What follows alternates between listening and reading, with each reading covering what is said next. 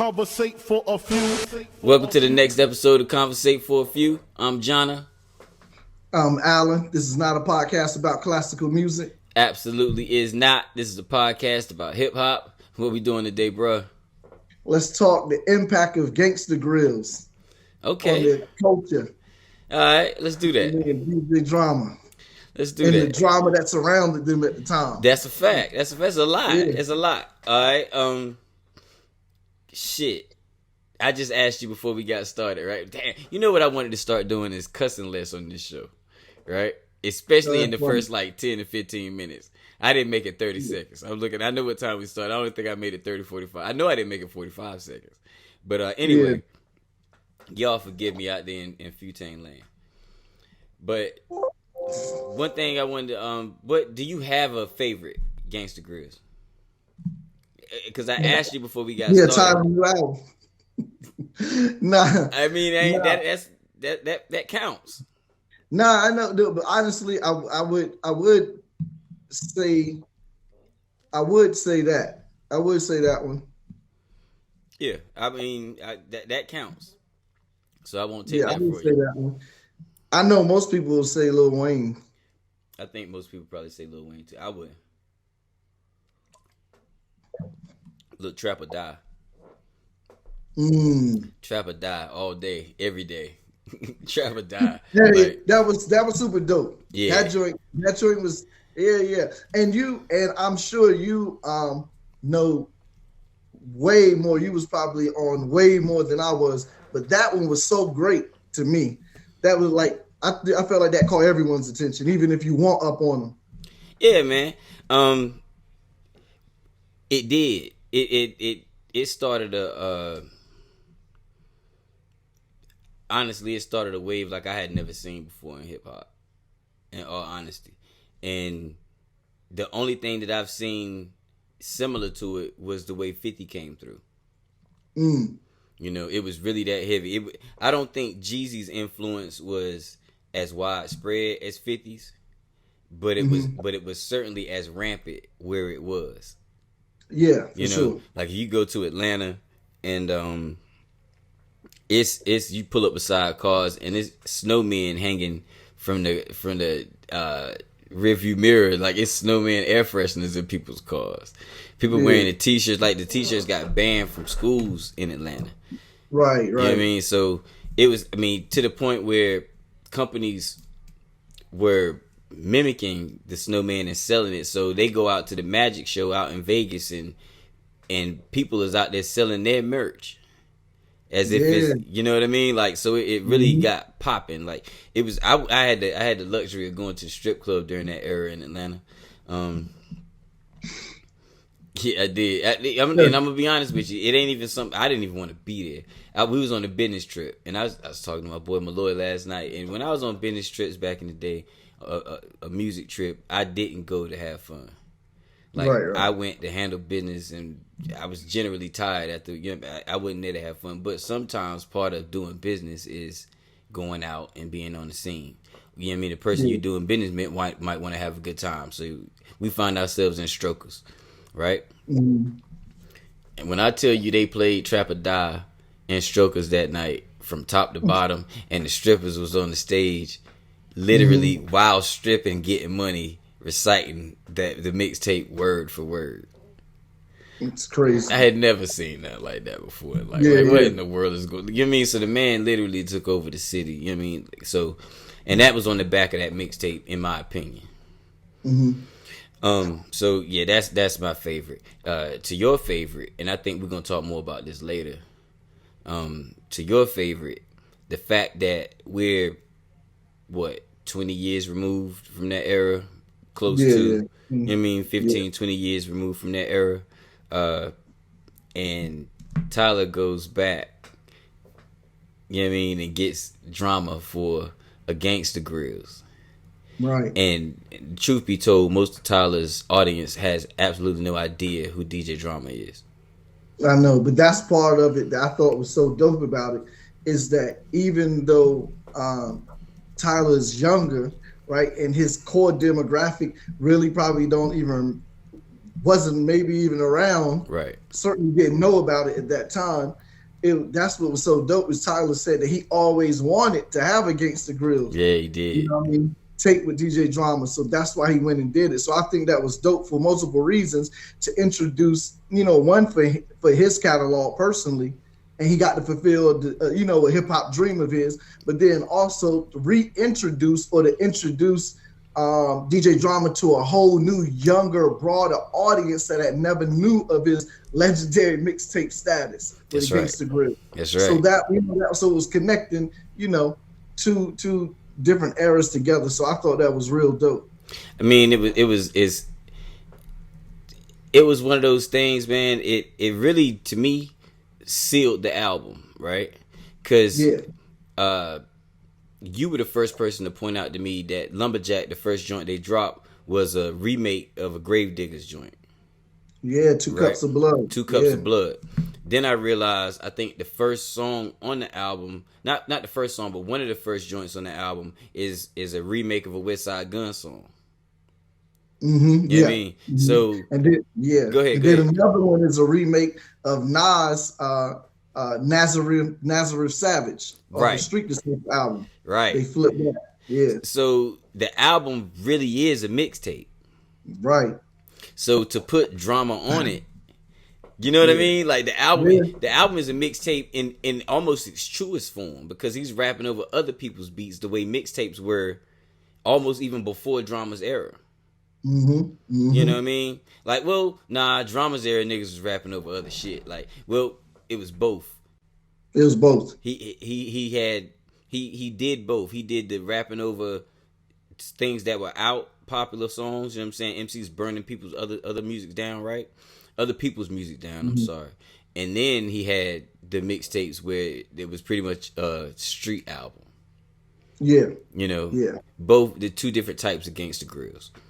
Right. Tyler's album, I think, is more of a traditional mixtape type of Gangsta Grillz, but produced with all new, like, original beats. Right. Updated. Yeah, but these ain't even updated, bro. These is just new beats for the most part. Yeah. Mm-hmm.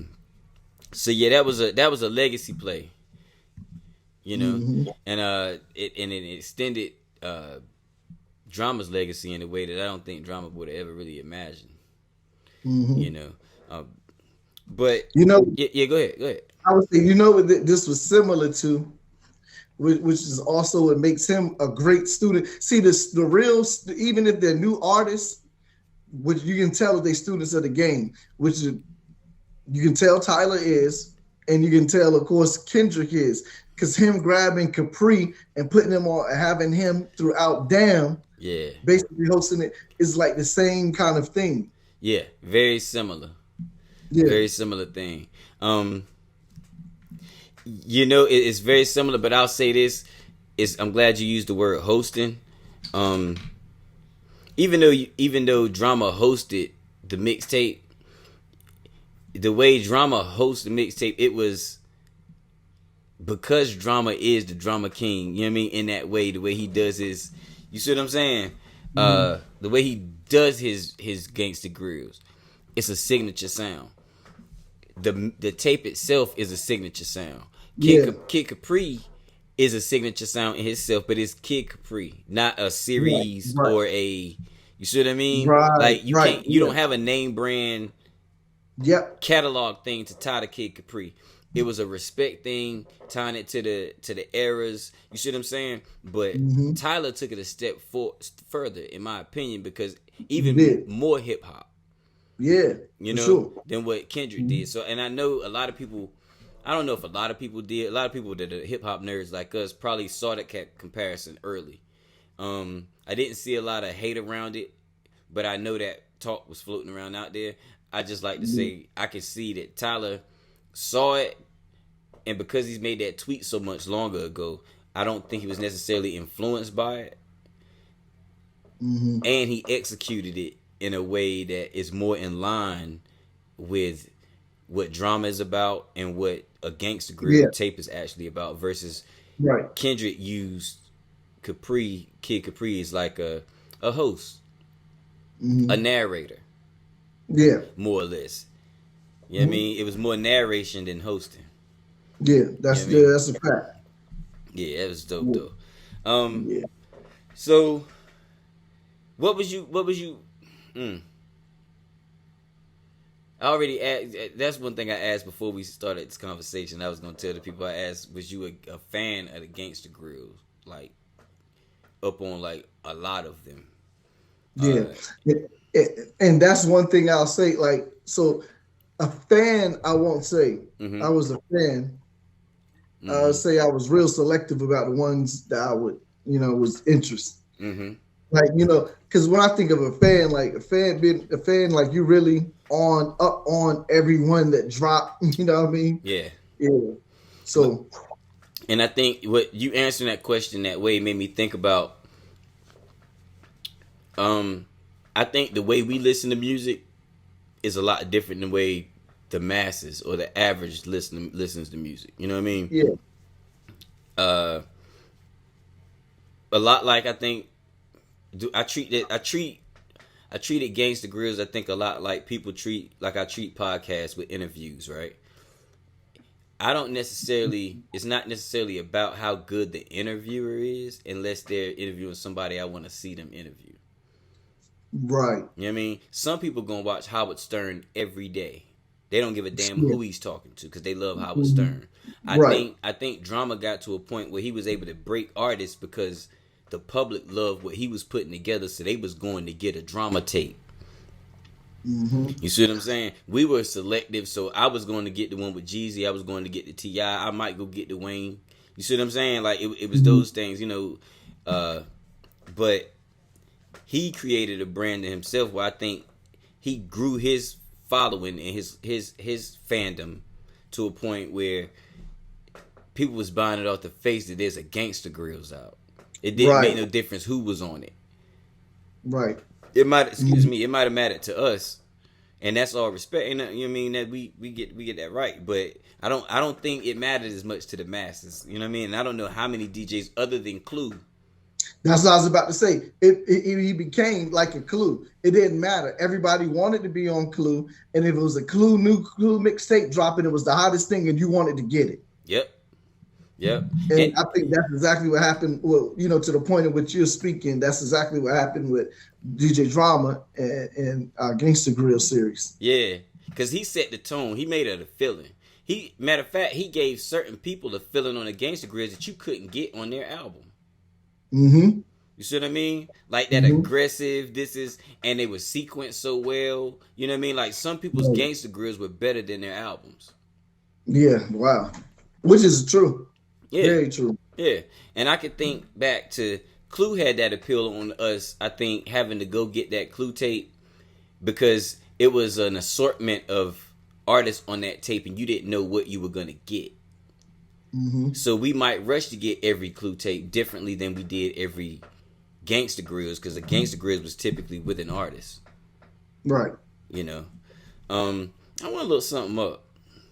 Was every Gangsta Grillz with an artist? I wonder. I think so. I think every Gangsta Grill that was a specific artist. Yeah, I think so. And that became a thing of artists wanting to do a full Gangsta Grill mixtape with DJ Drama. Yeah, I think that's what it is. I'm not even gonna waste my time looking that up. I'm almost certain that's what happened.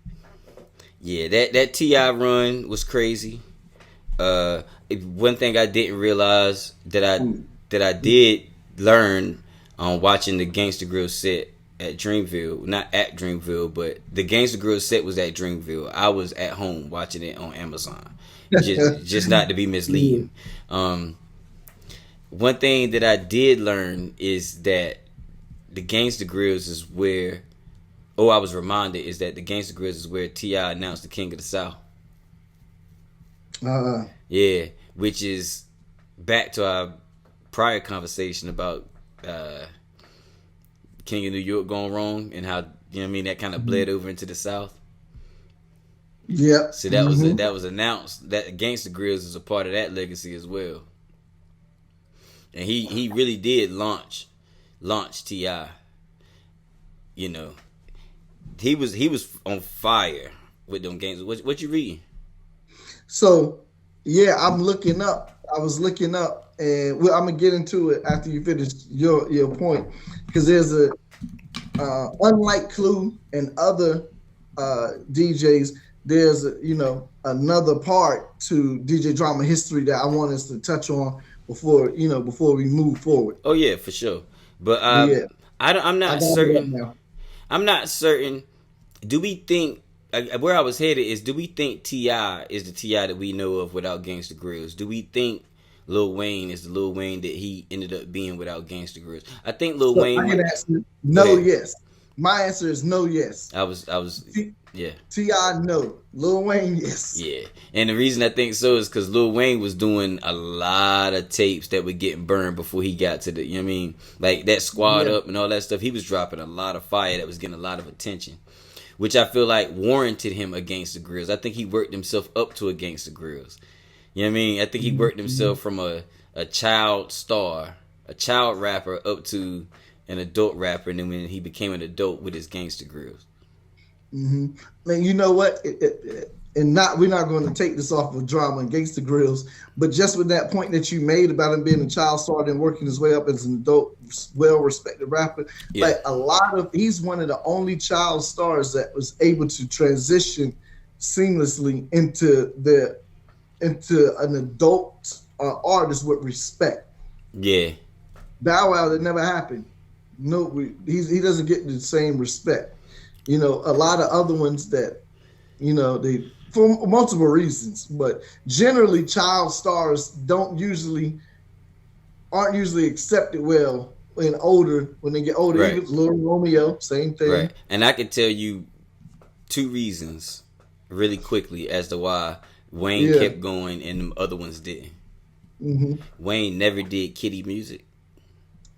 Facts. Ever. He never did a childish song in his life that we know of. He might have, but they never put them shits out. Yeah, it never you see came what I'm out. saying? Ever. Yeah. Never did. And Wayne wrote his own rhymes. Yep. 2. He was actually talented.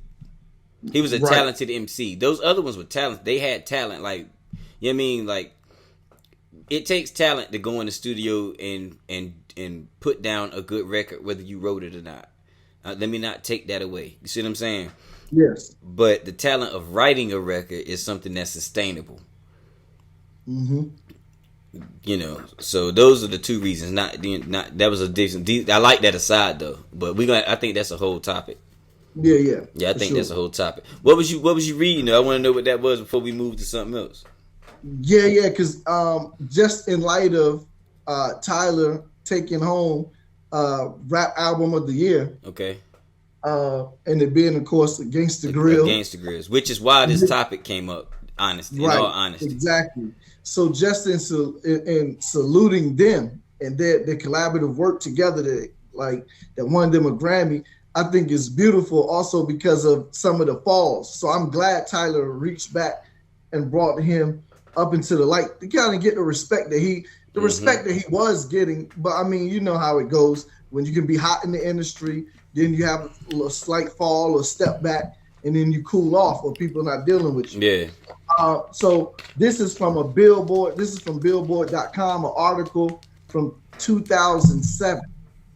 DJ Drama, in its title, DJ Drama arrested in mixtape raid. There you go. But that speaks to his power and influence. He was getting busy and he was on some no limit stuff. He's making a lot of money selling mixtapes. They was getting to it. Do you hear me? They was getting to it.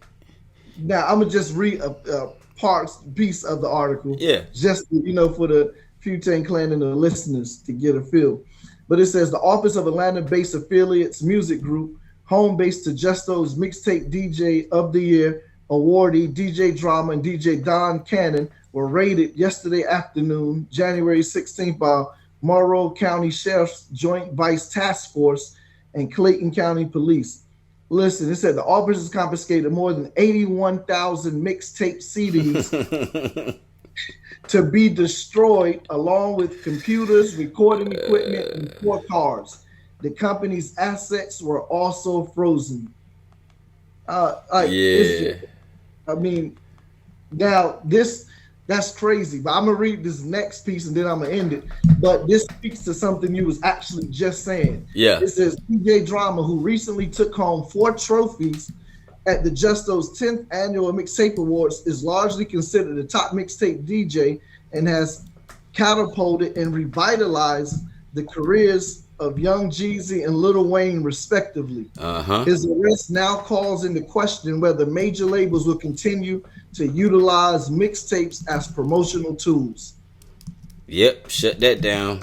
The funny thing is mixtapes were making so much noise, right? At the time, they were making so much noise across the industry, not just Drama, but Drama was leading the charge. Yeah. You know what I mean? He was the figurehead for this whole thing. You know, so much so that when it was time to shut the mixtape game down, they came after him. Right. You can't name anybody else that the feds went and got. It was a lot of people moving a lot of mixtapes during that time. Right. It was. Yo, the number that they confiscated is just hilarious. 81,000 mixtape CDs. 81,000 in the cut. In the cut. Yo. And they going 10 a pop. Yo, my God, man. It's caking. Caking. But bro. yo, you know what? This is our conspiracy theory segment, right? I don't know what made them focus on DJ Drama or even the mixtape series or mixtape DJs, period. I don't know who it was, but if you ask me, it was the top record label execs. You damn right. That's what I was looking at. Call in to go and stop that because it's cutting into our money of our artists. They can't make just as much money off of the mixtapes as what we're releasing as the labels officially. That's the problem. They got with the RIAA and went and shut that shit down. Do you hear me? They got with the RIAA and went and shut that shit down. We're not having that. It's getting too much money. And it wasn't no way for them to get cut in. You see what I'm saying? Like they was like, yo. Nothing. Yeah, they didn't, I mean, wasn't a reason. So what I got here is DJ Drama's top 10 Gangsta Grills. What he says his are. You know what I mean? Okay. This was in a double XL. I want to give them their credit. I shouldn't, but I am. It's why, okay, his first one is the Jeremiah tape. Yeah. Okay. Late Nights is 2012. Number 9, 2 Chainz, The True Religion, True Real Religion, 2011. Chris Brown, In My Zone, 2010. T.I., Down with the King, 2006. It's number 7. Meat Mill, Dream Chasers 2, 2012. Fabulous, There Is No Competition 2, The Funeral Service, 2010. I don't remember that one. I do not remember. That's what I was about to say. I don't remember that. Gucci Mane, The Movie, 2008. I can tell you for a fact, I skipped that one on purpose. Pharrell, In My Mind, the prequel, 2006. Definitely remember that one. Number 2 is Jeezy, Trap or Die, 2005. And then the first one is Lil Wayne, Dedication 2, 2006. Yeah. So his favorites is Dedication 2, and next being Trap or Die. So, yeah. But this was pre Call Me If You Get Lost, so I wonder where that would rank on the list now. It would be good to ask him in 2022 if name, put it together again. Yeah. And see if Call Me If They Get Lost to fit in somewhere. It would have to. It's just too good. For one, it's too good. 2, it's monumental. Right. This has got to be the first mixtape that's ever won Grammy of the Year. Grammy for Rap Album of the Year. Got to. I never heard of it. Never happened Okay, with Clue. the only other one I could think of that could have done it is Chance for Coloring Book. Okay. Because that was a Who was the mixtape. DJ? I don't know, but it was a mixtape. But it was just a mixtape. Okay. Yeah, it was a mixtape. It was. I don't think it was hosted. He won a by Grammy anybody. for that. He did. He did. Well, I'm asking. I don't know. That's what I'm saying. Yes. I know it's highly regarded. Coloring Book won for Rap Album of the Year. Okay. But it wasn't hosted by nobody. It was a mixtape though. I mean. Yeah, it was. It was definitely a mixtape. Yeah.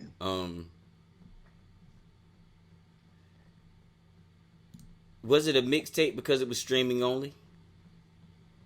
Because it was the first streaming only album to win a Grammy. I think that's probably that, which is nuts that you could call it a mixtape and it's, you know what I mean? Yeah. First streaming only to win a Grammy. Let me ask Google, is Coloring Book a mixtape? How about that? Yeah. You know what I mean? That's what I want to know. Yeah, what did it come out on? Or did it come out on anything? Well, what do you mean? Label-wise. Chance was never signed to any label. Oh, man. I ain't going to get started with that, but okay. It didn't come out on a label. Yeah, it didn't come out. It came out on Apple Music. You know what I mean? Okay. That, you know, it's coloring. What I do know is his recent albums are not worth Grammys. They're not worth being talked about. Let me tell you something. Yeah. You might should just, Yeah, that thing is bad. That thing bad. Okay. I Googled it. Is Coloring Book a mixtape or an album? Coloring Book is the third mixtape by American rapper Chance the Rapper. It was produced by his group The Soul Experiment, Lido, and K Tronada, among others. Okay. Yeah. It's definitely, even his Wikipedia is listed as a mixtape. So, technically, this is not the first mixtape to win a Grammy. But I do think, did Damn win a Grammy? But that's not a mixtape. That's an album hosted by a DJ. Yeah. It's so funny how this... But you got to. Yeah. You know what I mean? I feel like you got to. I think that's an album hosted by a DJ, which feels more like a mixtape than Coloring Book. Yeah, it does. But Coloring Book is technically a mixtape. Yeah. You know. I don't know. So what you thinking? Dang. So then what... I don't know. It's like when you get down to like specifics and technicalities, and you got three different things. Okay. So that just put a thought into my head. With the way the industry is today, and this is a little off base from Gangsta Grillz, but without Gangsta Grillz, I don't think we get all the way here. And with Gangsta Grillz now winning a Grammy, you know what I mean? Mm-hmm. I think it extends things a little bit even further. So the way labels are treating albums versus mixtapes nowadays, like you can turn in a body of work and the label will put it out and say, well, we're not accepting that as an album, but it is a mixtape. We're going to collect money from it. You may get a little royalties, whatever, but it doesn't go towards your contract. It doesn't go towards completing your contract because we don't count it as an album. Yeah. If we're in an era where mixtapes can readily win Grammys, you know what I mean? 2006, a mixtape. 2016, a mixtape won a Grammy. 2022, that's 6 years, a mixtape won a Grammy. You know what I mean? The labels are seeing that mixtapes can win a Grammy. What is the reason inherently for them to put out an album on you if they can get all the accolades, all the money from a mixtape and keep you in your contract for an extended period of time? Because your mixtapes don't count towards your contract. Right. You know what I mean? I doubt that happened in Tyler's case, I'm pretty sure his situation is put together well enough where it counted as an album, but stylistically it's a mix. See, that's why you got to be careful. You know what I mean? If you stylistically put together a body of work that is a mixtape, but you want to present it to the world as an album, the label definitely has a leg to stand on now to say, well, no. You know what I mean? Yeah. And I don't know if this helps that case or puts us in on a slippery slope or slipperier slope. Yeah. Yeah. Well, I as I'm thinking though, I'm not accepting. I'm not accepting Coloring Book as a mixtape. That's an album. Personally, and the reason why, because I'm thinking what make mixtapes, as we talk about Gangsta Grillz, as we can talk about DJ Clue or DJ K Slay Street Sweepers series, we can talk about Doo-Wop, Ron G, all of these people that have mixtapes, and now some of our favorite artist songs appeared on these mixtapes. Yo, it's led by a DJ. It's hosted by a DJ. So when I'm saying Coloring Book, I'm being super, on some hip hop. I'm on some hip hop bias stuff. So I don't respect Coloring Book as I don't respect it as I respect it as a good body of work. It's a good album, but it's not a mixtape. If you don't have a DJ, it ain't a mixtape. I can respect that, right? I can respect that totally. I totally respect that. And looking at it from one side, it makes total sense. Looking at it from the side of a production company / label that put out artists, I can't think of one time where the DJ was involved with the mixtape until we called him and told him to add what we needed him to add. Right, but I'm talking about even all we needed him to do was to say shit. Right, but that's more like, okay, but that's cool, but that's more like mixtape albums. But mixtapes that wasn't the same artist all the way through, or even mixtape that was the same artist all the way through, they had a hand in being present and announcing new stuff, songs. I feel you, but that ain't the type of mixtape I'm talking about. And that ain't the type of mixtape he did. You should have said this mixtape is more in line with Down with the King with T.I. It ain't but one artist. It's more in line with Trap or Die. You see what I'm saying? That's what I'm talking about. So in that instance, what typically happens, what happened in our case every time, right, is we put together a body of work, right, which is the same thing Chance did, right? The only thing we did different was we didn't get a DJ to host it because he was popular enough to get people to listen to it with his name on it. Chance decided I don't need to go get the DJ. I don't know that the DJ makes it more mixtape because the DJ didn't do shit. He didn't mix shit. He just hosted it. So you see what I'm saying? So that's why I get what you're saying. That's why I still can look at Coloring Book as a mixtape because all he lacked doing was going to say I need a DJ to say something on top of my mixtape. Yeah. But I also understand why like that. It is, and I also understand why you don't look at it as a mixtape because it is literally just a fucking album. Yeah. Period. I don't give a shit. It's an album. Mm-hmm. I bet if he was signed, he wouldn't want that shit called a mixtape. Nah. You see what I'm saying? So I can speak from both sides of my mouth on this topic because I understand. I understand exactly where you're coming from, but I also understand from the other side is like DJs don't necessarily make mixtapes anymore. Yeah. That's a fact. Yeah, I agree with that. They host them. And then a lot of times you get to a point where this is mixtape hosted by such and such. That way you know for a fact the DJ didn't do shit but host it. Right. There was an era of that where DJs was getting a bag just to do that. Mm-hmm. Because niggas, I feel like, and that was a Gangsta Grillz effect in my opinion. Because niggas wanted that energy, couldn't go pay drama, didn't have enough cachet for drama to want to do it. Mm-hmm. But felt like that was a part of what made mixtapes and what made them exciting and what made them good. So you go get that voice on it but it ain't having the same effect. It's really more annoying.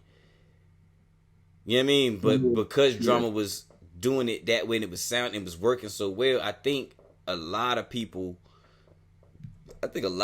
got a bag just off the trend. Yeah, that's true. I think so. But yeah. But in raising that history of DJ Drama being rated by the feds and all the albums been taken, I wanted to bring that point up to contrast it with now getting a Grammy for Gangsta Grill. Right. That's a hell of a leap, man. Right. It's a hell of a leap, and it also lets you know. And it also highlights the hypocrisy of the music industry, too. It highlights the hypocrisy of the music industry, but it also lets you know how powerful they knew he probably could become. Right. If they didn't shut that shit down, we would have seen this way sooner. Yeah. We'd have seen this way sooner. We'd have seen a Grammy award winning, at least worthy Gangsta Grillz would have been produced long before this. If they didn't get in the way. Mm-hmm. You know what I mean? Hey, yeah. Here's a quick thing, quick little side note for you. Did you know that Gilly have a Gangsta Grillz? Does DJ he? Drama? Word? Mm-hmm. And yeah. But this was right around the time, before him and the stuff with Wayne.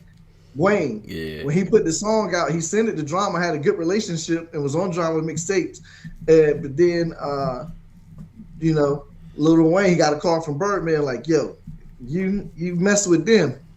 If you mess with him, then you ain't messing with us." But then when everything got cleared up, they finished and did they mixtape. Yeah. Politics in the mixtape world. Hey, it be like that sometimes. That's foul though. That is foul. That is foul. Yeah, man. I don't know, man. Drama, man. Did you watch any of the Dreamville on Amazon? A little bit. I saw what did I say? I saw some of Earth Gang, and I saw some of more Rape. More Rape. Okay. So I watched the Drama set with Jeezy, T.I., and Wayne. That was dope in its own way. Terribly lit, but that ain't had nothing to do with Drama and T.I. and them. You know. Right. Wayne is the weirdest rapper on the planet. Why you say that? Officially. Man, you sound like DJ Khaled, man. It is what it is. Yeah, right? You just go back and watch it. All right, I'm going to go. It's online. You go watch it and tell me. Online. It's online. Wayne is a weird guy. Wayne is fried. Not weird. He ain't weird. He fried. Now, when you say that, I completely understand what you mean. I don't mean weird. I mean, he's fried. Okay, got it. Yeah, completely blitz. He's gone. But, after the performance, it was Wayno, Rob Markman, and a young lady whose name I cannot remember. But she's a popping journalist, interviewer, in hip hop media, right now too. I think she's on rotation, but I can't remember her name to save my life. Okay. They sat down and talked to Drama right after the set, right? So they talking to him about the legacy of Gangsta Grillz and all this stuff. And as they're having a conversation with him, the chat come through on Wayno's phone that they won the Grammy. Yeah. So I'm watching it as Drama finds out that he won Grammy for Rap Album of the Year with a Gangsta Grillz mixtape. Yeah. You know what I mean? Like, had I gone to Dreamville Fest, I wouldn't have got to see that. That's true. You know what I mean? And I know I would have had a ball at Dreamville Fest. But the nerd in me was so excited to get to see that moment come full circle. You know what I mean? Like something that started so long ago that had such an impact on so many artists, and then had that impact, it multiplied by having an impact on so many fans. You know what I mean? Having an impact on young kids like Tyler to the point where they get into their career and say, you know what, I want one of those. But I'm not just gonna do one and put it out. I'm gonna do one, you know what I mean, and really make sure it's an album. Right. You know, and win Grammy for Rap Album of the Year. And the fact that they don't announce Rap Album of the Year on TV is ridiculous. Man. You know, it's absolutely ridiculous. I don't know, boycotting don't help. I don't know what, you know what I mean? I really don't know what is going to change it. But the fact that I got to see him not get the award, but come to the understanding that he won it. You know what I mean? Sitting at Dorothy Dix Park in Raleigh, North Carolina. Yeah. You know what I mean? He's sitting downtown Raleigh learning that I just won Grammy for a Gangsta Grillz. I happen to be at home, you know what I mean, a couple zip codes away, but area codes. Not a couple zip codes, not area codes. Same area code. Like, I'm literally down the street. You literally down the street. You know what I mean? That was a dope moment for hip hop, and it was dope to get to see it. You know, It was definitely dope to get to see. And it hit me. I was like, wow, this nigga just went for Gangsta Grillz, bro. Yeah. Like, what? And it's funny, I asked my one of my business partners, Dallas, if he had, you know, how he felt about Call Me If You Get Lost. The new, I didn't even say that. I said the last Tyler album. And he was like, you talking about the mixtape? And I was like, nah, it's a real album. I said, but no, I mean, it's a Gangsta Grillz, but it's an actual album. I don't think he stopped to take the time to listen to it because it was just a Gangsta Grillz. It was just a mixtape. Mm-hmm. You see what I'm saying? But when I explained it to him, I was like, nah, he was like, oh, I gotta go check it out, you know. But I think the presentation probably threw some older heads off. You know? It being presented like a mixtape, because you don't necessarily have to run to a mixtape. If you ain't a Tyler fan, why you not running to a Tyler Gangsta Grillz? Right. You know? That's true. That's, you know, in this era. Yeah, man. Best rap album of last year? What? Are you asking? I'm asking. Best rap album of last year? Oh, man. Because I've said it before. What was it? I can't even remember what I said. Shit, I can't remember what you said either. What was that? It wasn't the Nas, was it? No. Damn. No. My favorite albums for the year, I won't say best, but I'll say my favorite albums from last year. Call Me If You Get Lost, Vince Staples album. Mm-hmm. And Magic came out this year, didn't it? Yeah, it did. Yeah, Magic came out I think this so. year. Yeah. Those might be my two top, like, that I'm gonna go to them every time. Yeah, you know what I mean? Me too, for sure. I go to those every time. From last year. Yeah, Call Me If You Get Lost was mine. Yeah, I don't know one that jumps to my head that was better than that. No. You know. No. That was better than that. And it would, and the funny thing is it wouldn't have been as good if it wasn't a Gangsta Grillz. That's the crazy thing about it. The way it was put together, if you take drama off of it, it ain't as good. Right. Because everything changes. And to be honest, if we take the concept of a mixtape out of the equation and drama out of the equation, then it wouldn't be as good. Yeah, you take a lot of the art out of it. Yeah, for sure. That's so dope. That dude took a Gangsta Grillz and made an art piece. Yeah, you know what I mean. And I heard. Go ahead. Now, one of the things that we talked about when we had talked about the album a while back, right when it came out, was, and this is I wanted to bring up because of the marrying together of two concepts. It's a mix that you see how it's like paradoxical. Like, it's an album, you know what I'm saying, but it's a mixtape. But it's a mixtape, but it's an album. Right. You know what I mean?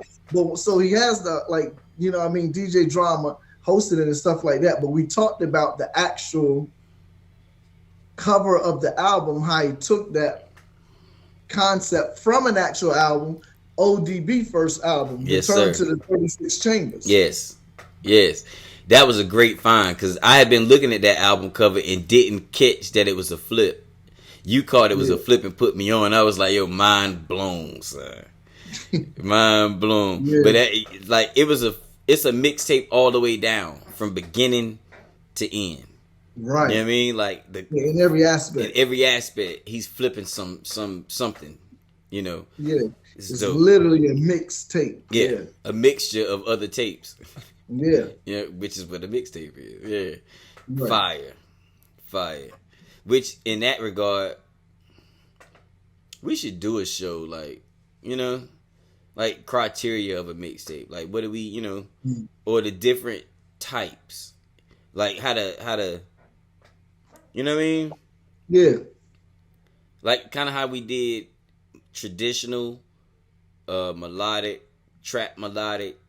Yeah. You see what I'm saying? And even like criteria for a classic. Same thing. Yeah.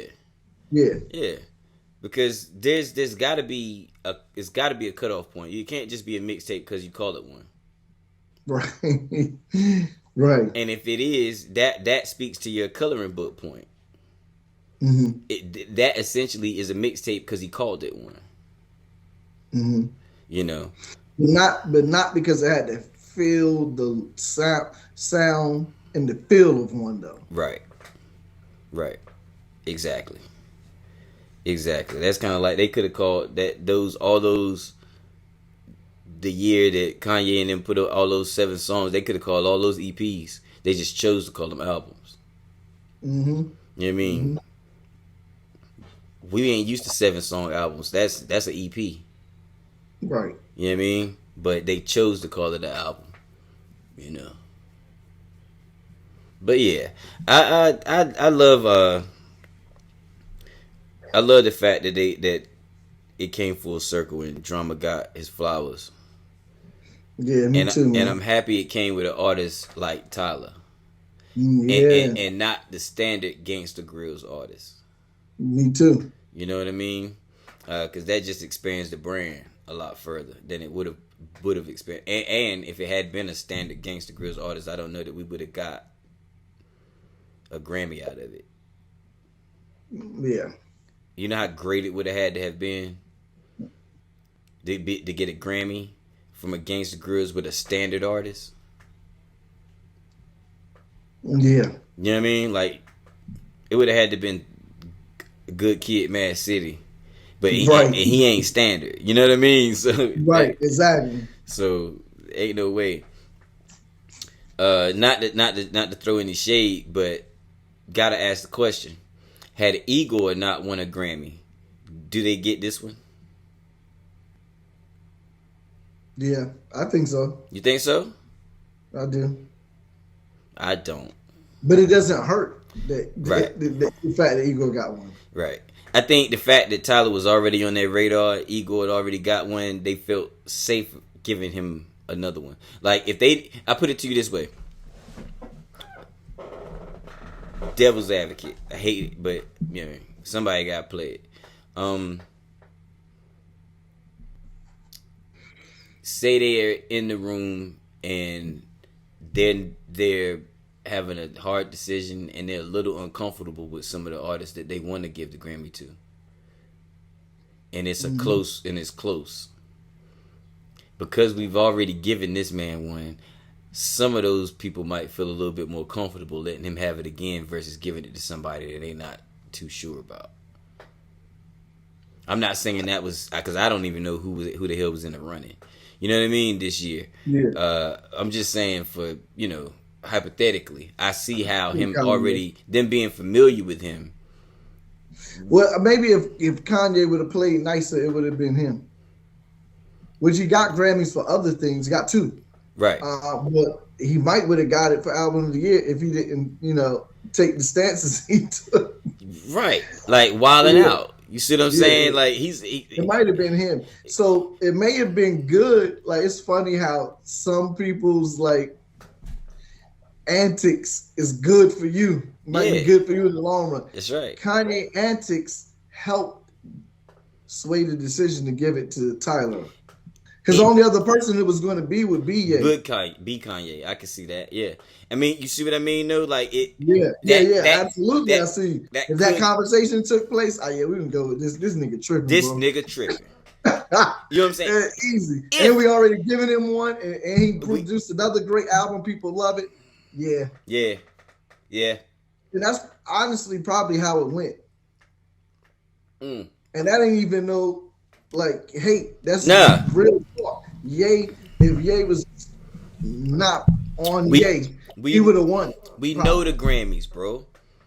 Donda was a way bigger album than Call Me If You Get Lost. Yeah, for sure. You know what I mean? Come on.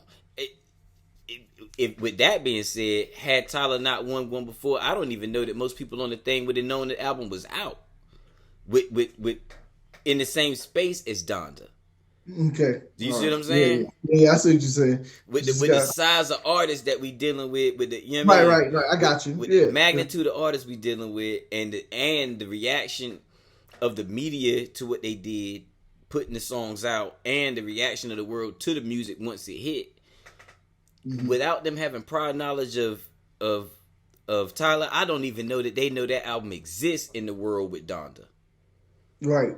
I agree. You know? So thinking about it that way, having won one before, at least being on their radar in such a high regard, at least gave him a look that he wouldn't have gotten if he had not won one the year before. Not just won one, like he won one. Was it the year before? Or 2 years? I think so. Was Igor last year? Couldn't have been. No. So it had to be, what, 2 years? So who won last year? Oh, no, yeah. Look, pull that up. Yeah. Rap album of the year 2021, right? Yeah.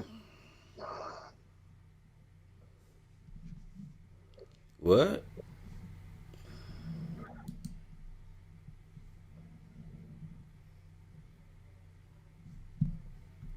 Wait a minute. That's crazy as hell. That I couldn't type that right. Okay. They call this year 2021. So we gotta do 2020. Well then, yeah. So who was before that though? Oh, Nas. Oh, King Disease. Yeah, Nas. Yeah. I can't even believe we had to look that shit up. I know, that's crazy. It's people out there. It's people out there saying Nas. It was King's Disease. Right, Nas. Yo, they calling us dumb. You know how many? I've been watching a couple. You know, matter of fact, I'm just gonna say it. Math Hoffa need to go back to whatever format they were at before, because right now it's just a bunch of people up there talking about things, and they don't know what the fuck they're talking about. But not only that, I ain't gonna cut you. I'm gonna just throw this in there, and they need to go back to the original format, and they need to go back to the original theme song that he was playing. Yeah. This one's terrible. That was a quick aside, but it's very irritating for them to sit up there and say things, and I'm listening to them. I'm like, wow, that's not even close to right. Right, and it kills me, man. It tears me up. And I'm hearing it on more and more shows of his, but others too. Me too. Which is why so you gotta forgive us if we gonna sit here and Google every once in a while and things get a little quiet, because we don't like to sit up here and just talk crazy. You see what I'm saying? Now. We were talking about this, and this brings something to mind. This is a side, nigga. Yeah. Remember the episode we did about Q-Tip? Yeah. Somebody got in our comments on YouTube talking slick, so I went back and forth they with can't him beat a little us. bit. They can't beat us. They can't, but he did say something that was valuable. Okay. Right? He was like, y'all obviously during that era weren't up on y'all hip hop like y'all say. You know what I mean? Which I disregarded, because if I'd have seen him in his face, I'd have punched him.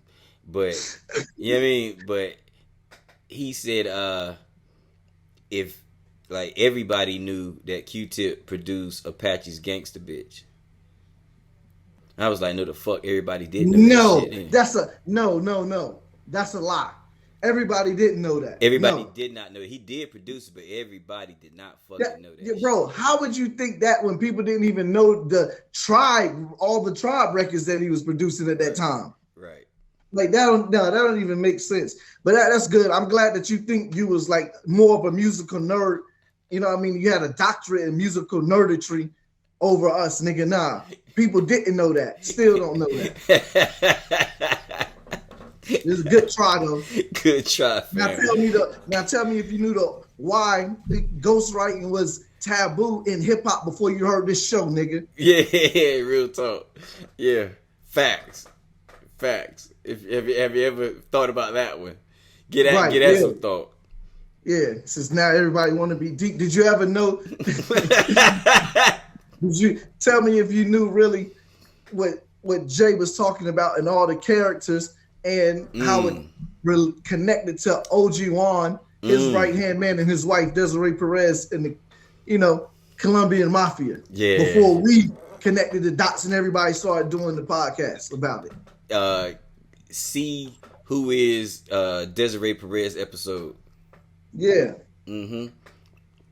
Yeah, so check it out. Let me tell you how people, if they didn't listen to our show, who Desiree Perez, like they still don't know, because when you pull up 444 album, it does not have We Are Family. It doesn't have the bonus track that the hard copy CD had on it. Mm-hmm. Like you go pull it up on Apple Music, Spotify, that song isn't even up there. Right. He said, "Fucking Bargos, I'm a narco." Shout out to no, he said, "Fucking Bargos, I'm a narco." Colombian ties. Shout out to Dapo, OG Juan also. Sure did. And my co-host said Dapo is DP. Who initials is DP? Yeah. That's Desiree Perez. And who is her husband? OG Juan. Yeah. What did Desiree Perez get locked up for? She wore a wire taking down part of the Colombian cartel. It's a fact. These are all facts.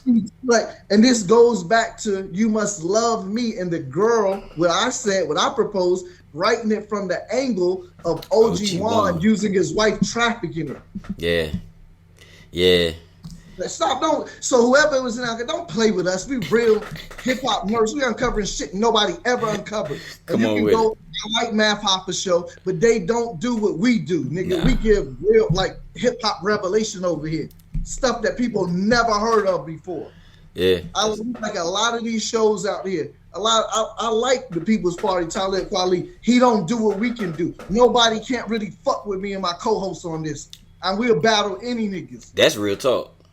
We may not be celebrity status, but our content and what we can bring and provide for the listeners is way different than anyone else. So we want to, we with it. We want all the smoke.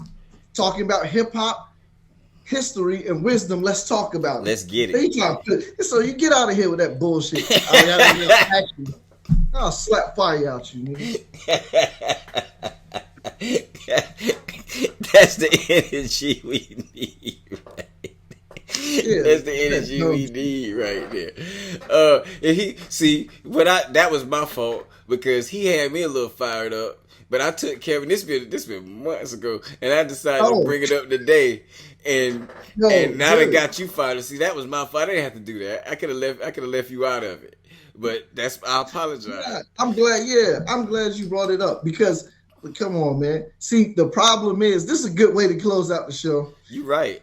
But we gotta let people know for real, because we haven't done a lot of IG lives, Facebook live and stuff. Yeah. We really are true music heads. Yeah, we bought this true hip hop heads. But beyond that, like we didn't just start a podcast because there was a pandemic. Facts. There was only 5 hip hop podcasts that we know of up and running when we got started. I think about 5. Yeah, tops. Now every rapper and every celebrity has a podcast. So what I'm saying is, even though we're not Joe Budden, we're not Nori, not Combat Jack when it was going on, even though we're not big names, we were part of the initial start of this hip hop podcast. Sure. Oh, for sure. There wasn't 10 podcast. There wasn't 10 hip hop podcasts out when we started. Yeah. We was part of the starting 5. For real. Come and on to be with it. real with you, Joe Buttons is not a hip hop podcast. It's a hip hop dude doing a podcast. That's facts. We was starting 5. Niggas better really you better really check out history. And in all realness, in my opinion, if you want true hip hop talk and not just trending topics and you see what I'm saying, like you'll be here anyway. You know what I mean? You'll be here anyway. Like I understand if you want to hear from celebrities, that's cool. Right. You see what I'm saying? But if you want genuine conversation about a genre that you love, that's gonna be thoughtful from intelligent people, that's just not gonna sit here and you know what I mean? Like we're not gonna diss something if it's good. We're not gonna tell you if it's good, if it's whack. You know, we're not playing no games. You see what I'm saying? So we sit here having thoughts, we thinking about what it is that's happening in hip hop and what has happened and how it affects what's going on today. It's a different caliber show, bro. I was having a conversation with my man last night, and we said this on here before, and I'll say it again. Yo, we not Chip and Shannon, bro. You see what I'm saying? We're not Chip Bayless and Shannon Sharp, yo. We not Max Kellerman and Stephen A. Smith. You feel me? Like we gonna display exactly how we actually feel. Like we're not gonna come up here and debate each other for the sake of debate. You know what I'm saying? If something pissed me off, I'm gonna say it and you probably gonna know it. You know what I mean? Like I'm talking about if something in the game pissed me off, I'm gonna speak on it and I'm gonna say it how I feel it. You know what I mean? I'm gonna keep it 100. If something piss you off, you gonna say it how you feel it. You know what I mean? If we see something is trash, we gonna say it how we feel it. You know what I mean? If we see something that makes total sense and that we love, we gonna express that. You know what I mean? That's what the fuck a podcast is supposed to be about versus entertaining y'all. Like we want y'all to be entertained, but bro, it's deeper than that. Y'all entertained by the music, nigga. We talking about the music, right? You see what I'm saying? Like, damn. You know what I mean? Like I don't feel the need to how they say bloviate. You know what I mean? About things I don't care about, and you don't either. You know what I mean? But that's what make this show what it is. And it ain't what the fuck they doing on Math Hoff, and it ain't what they doing on Drink Champs, and it ain't what they doing on Joe Budden, and it ain't even what they was doing at Combat Jack. God bless Combat Jack, because we wouldn't be here without Combat. You know what I mean? But I'm gonna tell you the truth though. I feel like it's a lot closer to what was happening on Combat Jack than what's happening everywhere else. Yeah, I agree. Because you can go back to every Combat Jack. Yes, he's interviewing people, but they having genuine conversations about hip hop. Right. Genuine conversations about hip hop, and that shit is important. It's important to me. I mean, I know it's important to you. You know what I mean? So, with all that being said, don't fucking come for us about our knowledge on what the hell we talking about, bro. You know what I mean? Don't be in my comments talking crazy. We want y'all to talk. Matter of fact, say what you want to in the comments. Just know, I don't give a damn what you say in the comments. Just know I'm gonna say whatever the hell I want to say too. So and I am gonna say something back. I decided. I took 2 days. I was like, I ain't saying nothing to this nigga, man. Yeah, I was like, you know what, man? Fuck this nigga, man. He's crazy. He's bugging to even put that. Yeah, but I didn't know it, so it was useful information. But he could have given me that useful information in a more pleasant way. Yeah, but where he went wrong is where he said everybody, like when we make generalizations, everybody knew he did. Like, no. And the likelihood is, I'm part of everyone. We didn't know. And the likelihood, and if I didn't know and you didn't know, I'm know for a fact everybody in hip hop didn't know, because you one of the smartest motherfuckers in hip hop I know. And I not to toot my own horn, I know a bit about this shit. You see what I'm saying? So what I do know, I don't know this, but I'm willing to bet all the money that I'm gonna make for the rest of my life that nigga watched that episode and got on Wikipedia and found the most obscure Q-Tip production. It was like, y'all don't know this. Right. Yeah. Now look, because look, if he genuinely knew that and had always known that, we would actually be tuned into his show. For Factory. That nigga's just trying to stump the Schwab, yo. I ain't trying to hear that. I ain't trying to hear that shit. But yo, man, you think we did enough on this one? This shit was fun. We bodied this. Yeah. feel you. We did though. We did though. Yeah, man. Well, shit. Since we did enough, I'm gonna ask y'all to go to follow us on all our social media platforms, man. Go to Facebook and follow us at Conversate for a Few. Also, search Conversate for a Few podcast extended convo. I can't remember, but if you search the words, that shit'll come up, and we more active on there, and that's a lot more fun. Follow us on Instagram at Conversate for a Few. Stay tuned for the limited edition Tang Clan merch. Go to all your favorite streaming platforms and subscribe to the show. Rate the show. Give us 5 stars, 5 mics, 5 whatevers. You know what I mean? Go to YouTube and make sure to subscribe to the YouTube channel. Hit the notification bell so you know when a new episode is going to drop. Leave a comment as long as you ain't that asshole that was trying to talk. Matter of fact, if you are him, leave a comment because I got, you'll be. I actually thank you for watching the show. That's what I want to say to you. I appreciate it. Yeah, I appreciate it. But hit the YouTube up and follow it, subscribe, share it with your friends because that's the only way they're gonna know we here because we not spending a dime on this shit here. Yeah. With that being said, I'm Jonna. I'm Alan. This was not a podcast about classical music. Absolutely was not. This is a podcast about hip hop. Make room for the tag. Conversate for a few.